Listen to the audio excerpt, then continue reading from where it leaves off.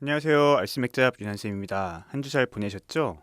보통 홈브루잉을 하면 아주 전통적인 방법으로 하면 뭐 당화조, 뭐 끓임조 이런 것들을 해서 뭐 위에 올려서 데우고 젓고 이런 것들이 가장 이제 뭐랄까 클래식한 방법이라고 할 수 있지만 최근에는 뭐 브루캐스케이드 같이 반자동 장비를 이용을 해서 많이 홈브루잉을 하고 계시죠? 저도 그런 방법을 선호를 합니다. 제가 처음에 홈브루잉을 했었을 때는 시간이 되게 오래 걸렸어요. 오래 걸리고 그 기간이 시간이 오래 걸리다 보니까 또 중간에 짜잘짜잘한 일들을 계속 해야 되니까 좀 지루하기도 하고 그렇게 느껴졌었거든요. 그래서 홈브루잉을 처음에 했었을 때 그렇게 즐거운 마음이 들진 않았던 것 같아요. 뭔가 바쁘고 부산스럽고 이렇게 막 힘들고 신경 써야 될 게 많고 뭐 8시간, 뭐 7시간, 8시간씩 했던 것 같아요. 첫 홈브루잉을. 그러다 보니까 이게 맥주 만드는 게 되게 지루하고 재미없구나라는 인식이 처음에 있었던 것 같습니다. 물론 그 뒤에 이제 익숙해지면서 이제 시간 단축시키는 방법도 알게 됐고 요령도 알게 됐기 때문에 좀 더 괜찮아졌지만 처음에 좀 그랬던 것 같아요. 우리나라처럼 아파트에 살고 있는 이게 아파트가 일반 거주 공간을 대표하는 곳에서는 홈브루잉 하기가 굉장히 힘들죠. 그래서 최근에 이제 브루케이스케이드라고 반자동 장비들을 많이 쓰는데 저는 이 반자동 장비를 이용해서 홈브루잉을 하는 거를 적극 추천하고 저희 도슨트에서도 그런 방법을 통해서 하고 있습니다. 그러면은 장비가 대부분의 당화와 라우터링까지 보통 해주기 때문에 상대적으로 신경 좀 덜 쓰죠. 사람들이 홈브루잉을 하는 사람들이. 그래서 처음 홈브루잉을 하는 사람들도 양조가 그렇게 어렵지 않다라고 이렇게 접근할 수 있는 것 같아요. 그리고 그 남는 시간 동안 어쨌든 당화나 라우터링까지는 1시간 이상의 시간이 걸리기 때문에 그 시간 동안 앉아서 뭐 맥주도 한 잔씩 하면서 이런저런 얘기하는 그런 시간들. 그래서 맥주 만드는 게 즐겁구나, 재밌구나, 그리고 신기하구나 이런 것들을 처음에 알려주는 게 되게 중요하다고 생각하거든요. 그래야지 나중에 홈브루잉을 하는 게 또 어렵지 않고 도전할 수 있고 그런 것 같습니다. 첫 경험이 되게 중요한 것 같아요. 보면 뭐든지 독립맥주 공장 장비를 가지고 맥주를 처음 만들 때 완전 저 혼자 했어요. 아무도 안 도와줬어요. 안 도와준 게 아니라 못 도와줬어요. 제가 이제 처음에 장비를 어, 다루다가 실수하면 안 되니까 제가 이제 주위에 친한 양조사 친구들한테 부탁을 해서 좀 도와달라고 했는데 진짜 개인적인 사정 때문에 못 도와줬거든요. 그 당일날. 그래서 에이 모르겠다 하고서는 이제 저 혼자 완전히 A부터 Z까지 터득한 케이스예요. 저는. 그래서 제 장비에 대해서는 완벽하게 알진 못하더라도 완벽하게 알고 싶지도 않습니다. 그런데 이제 맥주를 만들 수 있게 됐죠. 지금 낭만브로이 울산 낭만브로이는 장비도 한 10번 정도만 해보면 그 장비를 다루는 거는 그렇게 어렵지 않을 거예요. 근데 수율이 문제인데 장비마다 수율이 다 다르거든요. 그러니까 뭐 예를 들어서 100리터짜리 100리터 맥주를 만든다고 했었을 때 처음에 당화에 들어가는 물은 몇 리터여야 되고 또 끓였을 때 얼마나 날아가고 중간에 라우터링이나 아니면 뭐 월풀 같은 것들을 했었을 때 이제 얼마나 이제 물이 날아갈지 모르는 거죠.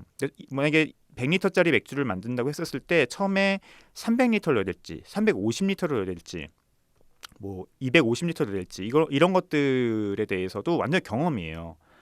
그러니까 큰 장비들 그런 것들이 수율이 완벽하게 거의 이제 제어가 되는 장비에 의해서 제어가 되는 그런 장비들을 같은 경우는 조금 시행착오가 적죠. 그럼에도 불구하고 그런 장비들도 양조사들의 경험이 필요한데 이제 독립맥주 공장이나 지금 울산 낭만브로이에 있는 그런 장비는 완벽하게 수동이거든요. 모든 게 수동으로 이루어지기 때문에 기계적인 버튼이 하나도 없어요. 뭐 펌프를 누른다든지 뭐 온도 조절을 한다든지 이런 거 빼고는 모두 사람 손으로 해야 되기 때문에 솔직히 수율을 맞추기가 쉽지 않습니다. 그래서 일단 100리터짜리 레시피를 짜긴 했는데 그래서 처음에 몇 리터가 들어가고 몇 리터가 증발되고 이런 것들을 계산을 했지만 아마 그렇게 안 될 거예요.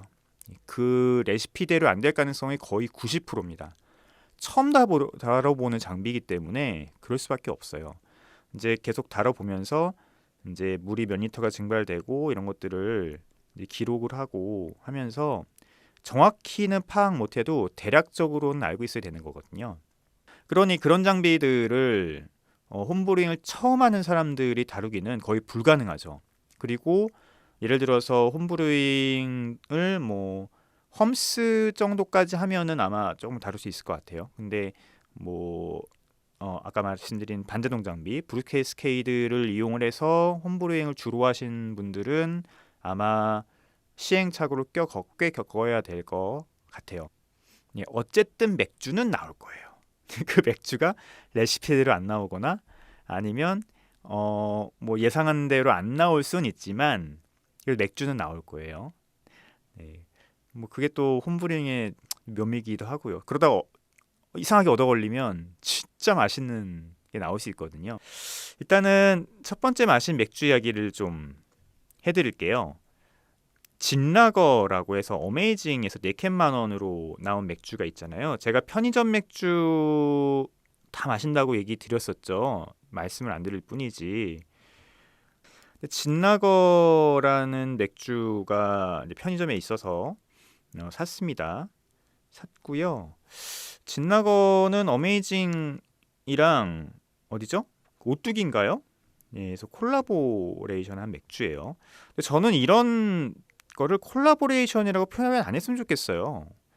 콜라보레이션 크래프트 씬에서 콜라보레이션은 이런 게 아니거든요.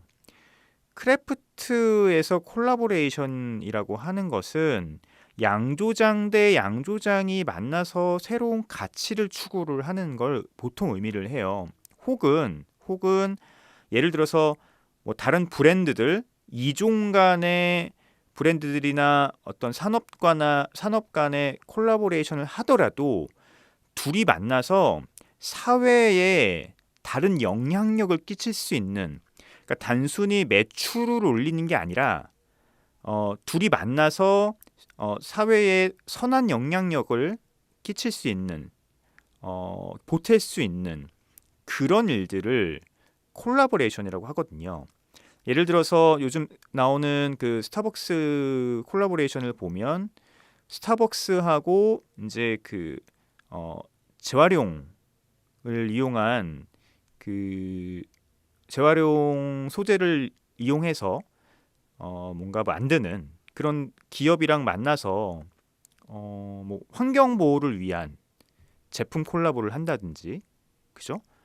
아니면 양조장 대 양조장 콜라보레이션 같은 경우는 미국 같은 경우는 양조장과 인도양이 만나서 완전 새로운 스타일의 그 두 양조장이 하지 못했지만 둘이 만나서 할 수 있는 새로운 스타일의 맥주를 만든다든지, 혹은 그 블랙이스 뷰티풀처럼 그 흑인 누구죠? 제가 흑인 그 돌아가신 분 그 자꾸 이름을 까먹는데 경찰관에 의해서 죽은 흑인, 그래서 이제 그 블랙이스 뷰티풀이라고 하는 맥주를 만들어서 흑인 인권 혹은 레이시즘에 반대하는 이런 메시지를 맥주를 통해서 전하는 뭐 그런 콜라보레이션.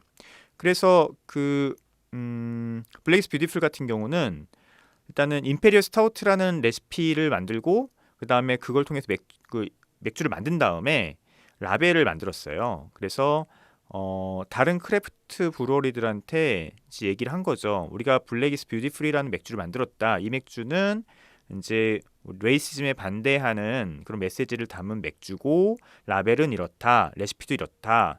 너네들이 맥주를 통해서 이런 메시지들을 함께 전파해줬으면 좋겠다라고 제안을 한 거예요. 정확히 또 그 브루어리 이름 잘 모르겠네요. 그런데 조건이 있어요. 그 맥주를 팔아서 남긴 모든 수익은 지역 인권단체에 기부를 하는 조건인 거예요. 그런 콜라보레이션인 거죠. 그리고 또 있어요. 조건이 라벨과 이름은 절대 바꾸지 마. 그리고 맥주 스타일도 바꾸지 마. 대신에 그 안에 들어가는 레시피는 너네 양조장의 개성을 담은 자유로움을 추구해. 이렇게 제안을 한 거예요. 그래서 전 세계에 있는 크래프트 맥주 양조장들이 그에 호응을 했죠. 한국에서도 나왔어요. 한국에서도 맥파이에서 블랙이스 뷰티풀이라고 하는 임페리얼 스타우트가 나왔죠. 저는 이제 못 마셨고 저는 다른 브루어리, 그러니까 다른 미국 브루어리의 블랙 이스 뷰티풀 맥주를 마셨는데 뭐 그런 식의 콜라보레이션인 거예요. 콜라보레이션이라고 하는 것은 그러니까 크래프트 씬에서 새로운 가치를 던져주는 단순히 상업적인 이익이 아니고 그것을 뛰어넘는 크래프트 맥주만이 할 수 있는 새로운 가치를 혹은 메시지를 던지는 만들 수 있는 그런 것을 보통 일반적으로 크래프트 씬에서 크래프트 비어의 콜라보레이션이라고 하거든요. 그래서 뭐 환경을 얘기한다든지 아니면 지역의 문화를 얘기한다든지 아니면 좀 파격적인 맥주 스타일을 얘기한다든지 뭐 이런 다양한 것들을 추구하는 게 콜라보레이션인데 이렇게 그냥 어메이징과 오뚜기가 만나서 하는 콜라보레이션은 크래프트 맥주의 콜라보레이션을 보기 힘들다. 저는 그렇게 생각합니다. 물론 제 생각이에요. 그냥 둘이 만나서 많이 팔려고 하는 거죠, 이거는. 그죠? 어메이징은 오뚜기라고 하는 식품 브랜드를 등에 업고 또 그래서 진라면을 딴 진라거라고 하는 비슷한 이름을 맥주에 붙여서 단순 판매 이익을 그러니까 수익을 노리는 뭐 그런 협업이잖아요. 오뚜기 같은 경우도 마찬가지죠. 뭐 해도 손해 안 보는 자기의 브랜드를 알릴 수 있으니까. 그래서 저는 뭐 디자인부터 이 진라면을 연상케 하는 디자인과 색상, 이름도 마찬가지죠. 진라면, 진라거, 뭐 또 밑에도 진한맛 이렇게 있잖아요. 이런 것들이 뭔가 그냥 라면의 이미지를 그냥 맥주에 입혀놓은 그런 모습이어서 솔직히 별로고요. 별로입니다. 라벨만 마시면 별로 마시고 싶지 않아요. 저는 그런 생각이 좀 들고요. 그 다음에 뭐 이 맥주를 설명하는 기사들을 제가 보면은 이제 보도 자료들을 보면 저한테도 보도 자료가 계속 오거든요. 보면은 이제 뭐 가양을 하지 않았다, 첨가물을 넣지 않았다. 맥주에 첨가물 넣어도 상관없어요. 그런 것 같아요. 우리는 그 다른 뭐 수제 맥주 회사와는 뭐 다르게 품질과 맛을 추구해. 뭐 이런 것들을 자꾸 구분하려고 하는 그런 게 막 보여. 애써 구분하려고 하는 모습들이 메시지들이 제 눈엔 보이거든요. 어메이징이나 또 마찬가지죠 뭐. 4캔만 원 수제 맥주를 만드는 곳들은 다 똑같습니다. 뭐 굳이 그런 뭐 품질이나 향미로 굳이 구분 안 해도 될 것 같고요. 그리고선 뭐 진한 맛만을 추구했다. 그런데 이 맥주 향미에서 진하다는 것 자체가 진짜 모호한 말이죠. 별로 의미가 없는 얘기예요. 맥주가 진하다, 진하지 않다. 이거 굉장히 주관적인 영역이고 실제 테이스팅 영역에서는 사용하지 않는 단어입니다. 굉장히 대중적인 단어죠. 그래서 이 진라거를 제가 이제 사서 라벨을 다 봤는데 모든 메시지들이 그냥 상업적 대중적이에요. 그러니까 이 안에서 어떠한 메시지도 크래프트 맥주, 수제 맥주만이 가질 수 있는 가치를 담은 메시지가 없어요. 단연코 없습니다. 그냥 다 모든 메시지들이 대중적이고 상업적인 메시지들이기 때문에 저는 이 진라거 같은 맥주를 뭐 크래프트 비어라고 절대 보지 않습니다. 그래서 뭐 이렇게 진한 맛 글쎄요. 일단은 이걸 마시고 난 걸 말씀드리면 라거죠. 라거고 색깔이 짙어요. 요런 라거들이 색깔이 짙은 라거들이 몇 개가 있죠. 그래서 이 정도들은 보통 메르첸보다도 조금 더 밝고 그래서 이런 스타일의 맥주들을 보통 우리가 엠버라거라고 부르는데 엠버라거의 끝판왕이 있죠. 레드락. 오비 레드락이 거의 엠버라거의 끝판왕이고요. 이 진라거는 그 레드락하고 비교를 좀 해보면 될 것 같아요. 레드락은 진짜 엄청 오래전부터 한국 맥주 시장에 있었고 여전히 잘 팔리고 있는 맥주고 가격도 엄청 쌉니다. 그래서 대부분의 펍이나 아니면 그러니까 완전 크래프트 맥주만을 취급하지 않고 일반적인 대중적인 펍에서는 약간 뭐 카스나 하이트나 테라나 맥스와는 조금 차별되는 맥주를 놓고 싶을 때 보통 레드락을 놓죠. 일단은 캔 맥주로 나오지 않고 그러니까 영업용으로만 주로 팔고 있고요. 그리고 색이나 이런 것들도 봤을 때도 일반 그 페일라거랑은 구별이 되거든요. 그래서 일종의 전략적 상품이라고 볼 수 있어요. 그리고 근데 가격이 비싸지 않아요. 캐게당 가격이 그리 비싸지 않기 때문에 펍을 하시는 분들은 약간 대중 맥주에서 약간 힙한 쪽으로 이렇게 뭔가 포지션한 맥주가 필요할 때 보통 레드락을 놓죠. 엠버라거에서는 다른 향보다는 약간 캐러멜리한 향들, 몰트에서 나는 캐러멜리 향들이 좀 있어야 되고 그리고 비터함이 그렇게 높지 않아야 돼요. 진라거는 좀 드라이했고요. 몰트에서 오는 캐러멜리함이 강하지도 않았어요. 그래서 마시기는 굉장히 편합니다.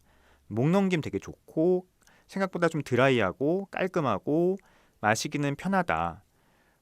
그런데 진하냐? 뭐 이 어메이징 표현대로 과연 진하냐? 잘 모르겠어요. 그 비교 대상이 누구라고요? 레드락이거든요. 레드락이 더 진해요. 네. 굳이 진하냐 안 진하냐 따지면 레드락이 더 진합니다. 레드락이 좀 더 바디감도 있고요. 그리고 약간 캐러멜리한 느낌도 있어요. 그래서 레드락이 좀 더 진합니다. 진라거는 레드락보다 진하지 않습니다. 조금 더 깔끔하고 드라이하고 그런 면이 있어요. 그 밖에는 따로 향미를 표현할 게 없어요. 왜냐면 라거거든요. 당연히 그렇겠죠. 왜냐면 라거는 만들어야겠고 둔켈은 안 팔릴 거고 그렇다고 페일 라거, 예를 들어서 뭐 필스너나 뭐 아메리칸 라거 이런 것들은 구별이 안 되니 이제 찾아야 되는 스타일이 결국은 요 엠버 라거밖에 없었을 거예요. 뭐 전략적으로 너무 뻔하고 그렇다고 여기에 뭐 홉을 잔뜩 때려 넣을 거냐? 그럴 수 없죠. 네 캔에 10,000원을 만들어야 되는데 홉을 어떻게 잔뜩 때려 넣겠어요? 특히 라거에서 홉을 잔뜩 드라이호핑해서 향을 만들려고 하면 홉을 진짜 많이 넣어야 돼요. 숙성 기간이 길기 때문에 호프 향이 상대적으로 는 만큼 향미적으로 효율성이 안 나올 수 있거든요. 그래서 호피라고 하는 라거들이 에일보다 향이 좀 잠잠한 이유가 향미 술 뭐 이렇게 표현이 될까 모르겠지만 그런 것이 좀 떨어져요. 그러니 결국은 최종적으로 선택할 수밖에 없은 이제 스타일이 이런 이제 엠버라거겠죠. 결국은 이제 질랑가고 같은 맥주는 이미지와 뭐랄까요 메스 뭐 이런 그 디자인으로만 승부를 볼 수밖에 없지 않느냐라는 생각이 듭니다. 오뚜기라는 브랜드가 굉장히 대중적인 브랜드고 오뚜기 자체는 굉장히 싼 브랜드잖아요. 뭐요 상태 10,000원에 4캔에 굉장히 촌스러운 디자인을 갖고 있는 진라면과 같은 디자인을 갖고 있는 맥주 위에 오뚜기가 딱 붙어 있으면 요거는 어울립니다. 이미지가 맞으니까 포지셔닝이 맞으니까 요 맥주는 팔리긴 할 거예요. 왜냐면 한 번씩은 사 먹어 볼 거거든요. 디자인이 그러니까. 근데 지속될 것 같진 않습니다. 최근에 트라피스트 맥주를 오랜만에 마셨습니다. 그리고 로슈포르라고 하는 그 맥주를 마셨어요. 트라피스트 로슈포르 10을 마셨습니다. 알코올 도수 높죠. 11점 몇 돌 거예요 아마. 스타일로 치면은 쿼드루펠이고요. 이 트라피스트 로슈포르 같은 경우는 6, 8, 10 세 개의 버전이 한국에 수입이 되고 있죠. 그 중에서 이제 10을 마셨고요. 가격이 한 10,000원 초반대 이렇게 되는 걸로 아는데 저는 로슈포르 10이 10,000원 초반대에 팔고 있는 거는 나쁘지 않은 가격이라고 봅니다. 트라피스트에 대해서는 뭐 많이들 알고 계시죠.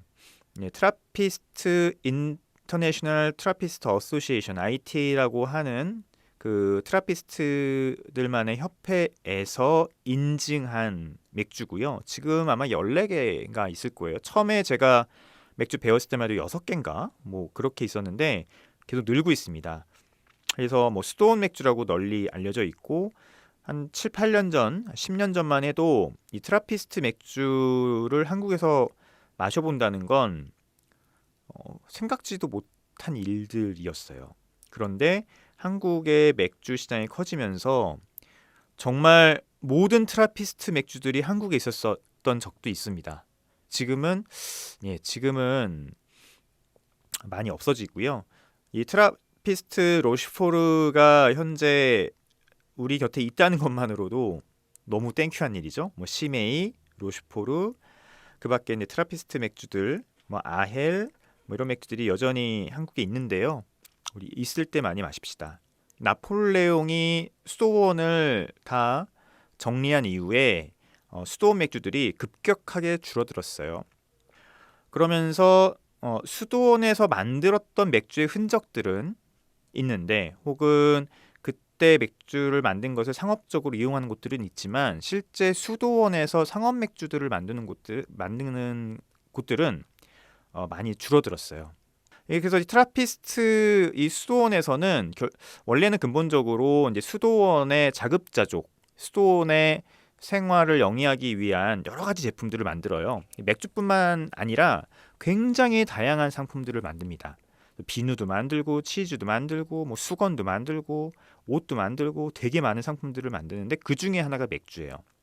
그리고 이제 1997년인가에서 국제 트라피스트 협회에서 야, 이 맥주 우리가 지정하는 맥주만 진짜 트라피스트 비어야라고 이제 지정을 하게 되죠. 여기저기서 당시에 이제 수도원 맥주라고 하는 뭐랄까요, 브랜드가 붙은 이름이 붙은 맥주들이 성행을 하자 그런 것들과 구분하기 위해서 육각형의 자주색 마크를 붙인 진짜 리얼 트라피스트 비어임을 증명하는 그런 일들을 하게 되는 거예요. 근데 구분이라고 하는 것들이 그래서 되게 중요한 거거든요. 너무 좋죠. 이 트라피스트 로시포르 같은 경우는 이 초겨울이나 겨울에 먹기 너무 좋고요. 알코올 도수가 높음에도 불구하고 알코올이 절대 튀지 않습니다. 뭐 아주 전형적인 그 커드루펠의 향을 갖고 있어요. 약간 건자두나 그 다음에 그러니까 바이올렛이라고 하는 제비꽃 향들 좀 갖고 있고요. 그리고 블랙베리 같은 힌트도 갖고 있고 벨기에 효모에서 나오는 페놀릭도 역시 살짝 갖고 있죠. 그래서 이런 모든 것들이 그 굉장히 조화롭게 맥주 속에 숨어 있기 때문에 마시기 편할 뿐만 아니라 우아하다, 기품이 있다라고 하는 느낌을 받습니다. 이런 모든 향들이 막 팍팍 튀면은 마시기 좀 힘들거든요. 그런데 굉장히 절묘하게 밸런스를 향들이 맞추고 있어요. 건자두, 블랙베리, 약간 제비꽃 같은 향, 그리고 뒤에 이제 벨기에 특유의 약간 페놀릭, 약간 레지너스한 향들, 이런 향들이 싹 한꺼번에 있지만 각자의 자리를 지키면서 있기 때문에 마시기 너무 좋고요. 비터함이 있어요. 예, 비터함이 있지만 역시 단맛도 있기 때문에 역시 그 맛적인 밸런스도 잘 맞춰져 있습니다. 이런 맥주들은 뭐 꿀꺽꿀꺽 마시기는 힘들죠. 하지만 천천히 향과 그 바디감이나 어떤 그 단맛과 쓴맛의 밸런스들을 천천히 입안에서 즐기기에 굉장히 좋고요. 그리고 제가 오랜만에 이제 트라피스트 잔을 전용잔에다 마셨는데 전용잔이 더 비쌀 거예요, 맥주보다. 근데 이 전용잔 자체가 이 맥주를 우아하게 만들어줍니다. 천천히 마시고 즐길 수 있는 그런 느낌, 그런 분위기를 만들어주죠.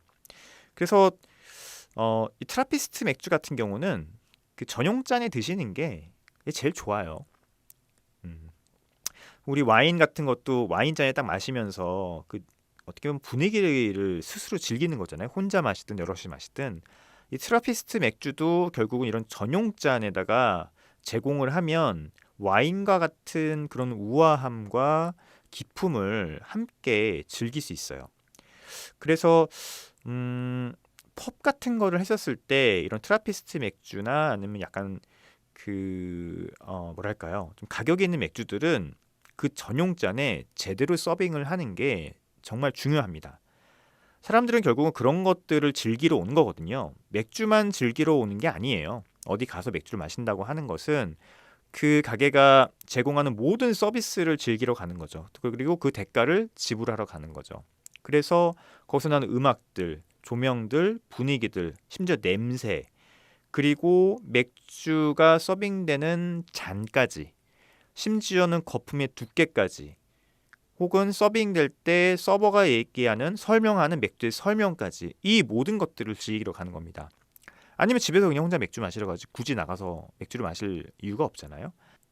그래야지 사람들이 이 맥주 한 병에 뭐 15,000원, 15,000원, 16,000원, 16,000원을 기꺼이 지불을 합니다. 내가 15,000원짜리 맥주를 마시러 오는데 그 외의 외부 조건, 환경들이 그 15,000원에 따라가지 않는다고 하면 사람들은 그곳에 가지 않겠죠. 그 너무나 당연한 거고요. 뭐 이건 맥주뿐만 아니라 모든 프리미엄 브랜드 혹은 프리미엄 매장에서 지켜지고 있는 원칙이기도 해요. 그래서 그런 것들을 알고 맥주를 제공하는 게 중요하죠. 어쨌든 트라피스트 로시포르 10은 정말 간만에 마셨는데 너무 좋았습니다. 건강하십시오. 다음에 뵙겠습니다. 안녕히 계세요.